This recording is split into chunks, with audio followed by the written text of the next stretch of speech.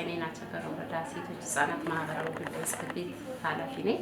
እንግዲህ አሁን በዛሬው ዕለት ልንሰራ የፈለግነው ተሞክሮን በተመለከተ ነው። ሴቶች እንግዲህ እንደ ወረዳችን አጠቃላይ በማህበራዊም በኢኮኖሚውም በፖለቲካውም እጅግ በጣም ተሳታፊና ተጠቃሚ እየሆኑ ይገኛሉ።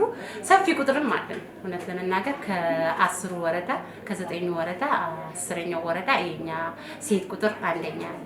ይህም በመሆኑ በማህበራዊም ተጠቃሚ ናቸው ሴቶች በማህበራዊ ተጠቃሚ ናቸው። በትምህርትና በጤና እጅግ በጣም ተሳታፊና ተጠቃሚ ናቸው። በኢኮኖሚ በተለያዩ ዘርፎች እጅግ በጣም ተጠቃሚ ናቸው ሴቶቻችን። በፖለቲካው ስንሄድ ሴቶች ተመራጭ ናቸው፣ አስመራጭ ናቸው፣ ተሳታፊ ናቸው። እጅግ በጣም ዘርፈ ብዙ ተሳትፎን እያደረጉ ይገኛሉ። ጠቅለል ሲል በማህበራዊም በፖለቲካውም ሴቶች በኢኮኖሚም ተጠቃሚ እየሆኑ ይገኛሉ። ይህንን አስመልክቶ በተለይ እንደ ወረዳችን ያሉ ሴቶች በገጠርም ይሁን በከተማ በተለይ ሰፋ ያለውን ቁጥር ያሉን ሴቶች እህቶቻችንና እናቶቻችን ናቸው። እነሱ በአትክልትና ፍራፍሬ ተጠቃሚ የሆኑ ሴቶች እንደ ወረዳ አሁን ባለን 4210 ሴት ተጠቃሚዎች አሉ።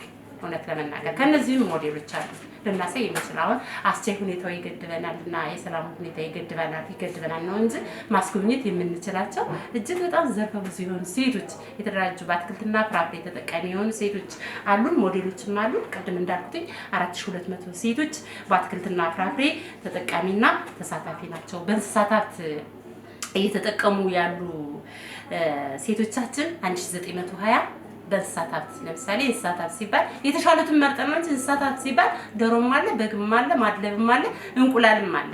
እነዚህን በጣም የተሻሉ ብለን የያዝናቸው 1920 ሴቶች እጅግ በጣም በሞዴልነት ተጠቃሚና ተሳታፊ እየሆኑ ይገኛሉ። በእንስሳት ሀብት ጠቅለል ሲል ማለት ነው።